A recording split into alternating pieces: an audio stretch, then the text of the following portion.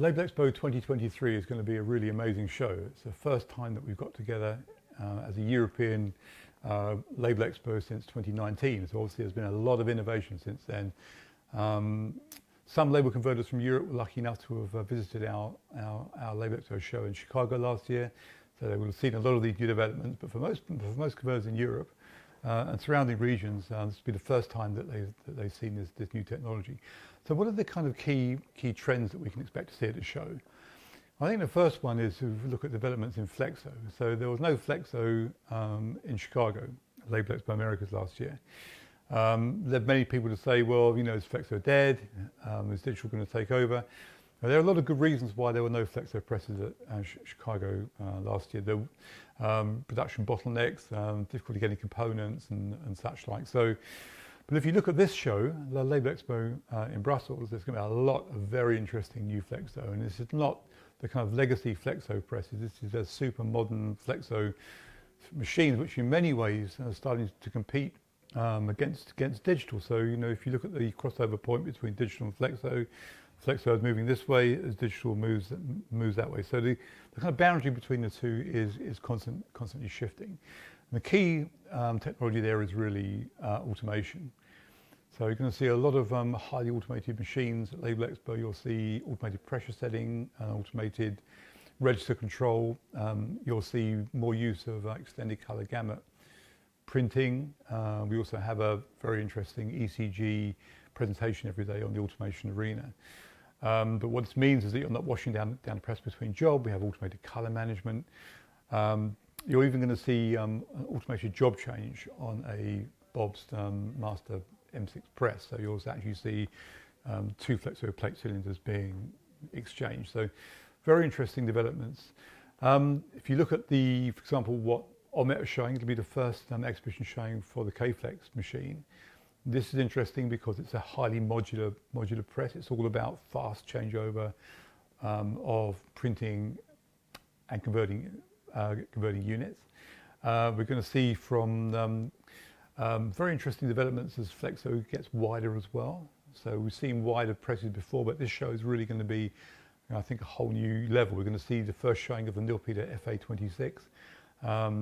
Lombardi is going to be showing its 26-inch Invicta press, and as we said, Bob's going to be showing the M6. So this trend to sort of wider machines, which are really kind of package printing presses, as much able to print flexible packaging and unsupported film materials, perhaps more so than self-adhesive labels.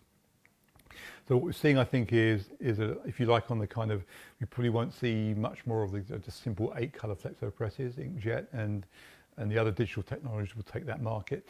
But on the wider machines and more specialist machines, unsupported film machines and flexible packaging, you're really going to see Flexo becoming a really key technology. If you're looking at digital, we're looking at a very kind of interesting range of higher print definition. We're seeing more higher opaque whites being printed in line. We're seeing digital varnishing. And that leads us to not just the press, but also what's happening on the digital embellishment side. So we're seeing high build digital varnish. We're seeing digital metallization. We're seeing a lot of laser die cutting.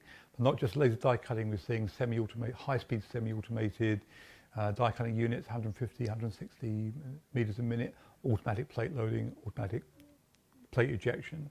So we're seeing a high degree of automation also on the converting end of the press.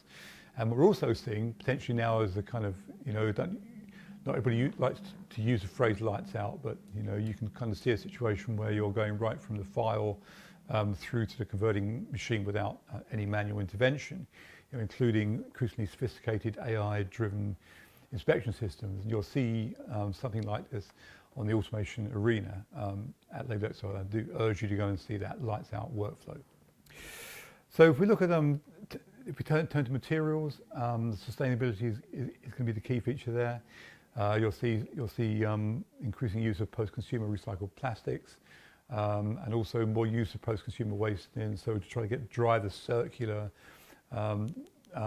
materials economy, you're going to see labels which cleanly release from PET bottles and from glass bottles to enable either circular reuse of those containers or the recovery, clean recovery of PET. So labels really kind of not just being recyclable themselves or being sustainable themselves, but enabling recyclability and sustainability in other wider packaging materials. In terms of liner lists, we're going to be seeing a push towards, the first pushes towards prime label line list systems. So the core system, which was developed by Retrama many years ago, is being joined now by a system being launched by Avery Dennison in combination with Bob's and with Harlan Machine Systems in terms of the applicator. So very interesting things happening on the line list side.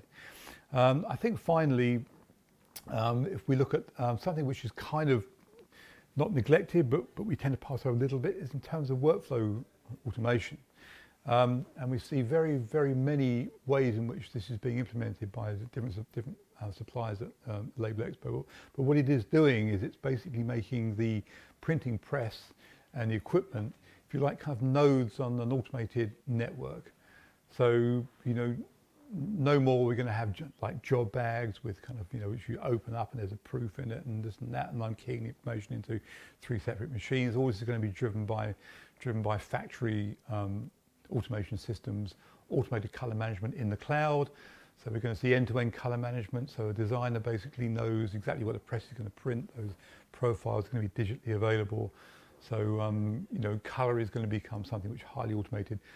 So it's really worth thinking in Labelexpo. You must see the machinery, absolutely key. That's what Labelexpo is about.